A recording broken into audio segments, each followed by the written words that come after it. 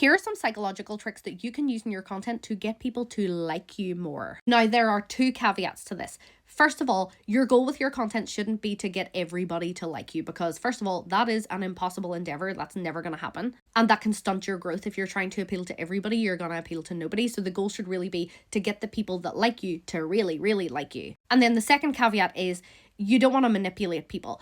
What I notice is I work with a lot of creators and I see people who are very likable in real life, but that often doesn't translate through the screen. So these are just ways to amplify your already existing likability. So the first one is called the pratfall effect. And this is basically where you show vulnerabilities or mistakes or imperfections. This helps people see you as a little bit more human, a little bit more relatable, because often if your content is too polished and perfect, that can lead to a bit of distrust. People like a little bit of messiness. But here's the thing with the pratfall effect. This only works if people see you as competent in the first place. If they don't, you will just look like a buffoon. So this can be saying things in your videos like, oh, I used to make this mistake, or I can't believe I did this, or like stumbling over your words and leaving it in. The next one I have talked about before, but it's called the Benjamin Franklin effect. And this is where you get people to do things for you, to help you with stuff. So it's doing things like asking people for their opinions or advice in the comments, because when people do something for you, they justify to themselves that they must like you for helping you. The next one is the mere exposure effect, and that is just simply being familiar to people. So showing up often,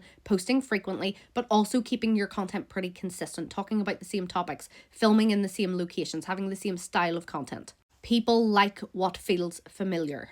The next one is to just smile a lot in your content, because when you smile like a proper smile with your eyes, that releases oxytocin in people, and that is a bonding hormone. Now, obviously you want to do this in a way that feels natural. You don't want to come on camera being like, here are 5 tips to help you grow your TikTok account. Don't do that. That's creepy. The next thing you can do is mirror your audience. So think of who your content is for and try and mirror your videos in their environment. So if your audience is mums, film in a place that will be familiar to mums. So maybe in your living room with toys around you. And then another thing you can do is whenever you're doing like storytelling content, talk really close to the camera and talk in a really soft voice, because it sounds almost like you're sharing a secret with somebody, and then that comes across like you're their friend. And also another thing you can do is not hold direct eye contact with the camera, like look away every like 7 to 10 seconds, because this is how we naturally talk with friends, and then that builds that parasocial relationship. Those are all I can think of for now, but if you want more of these, drop a comment and I will do more, because I love doing these videos.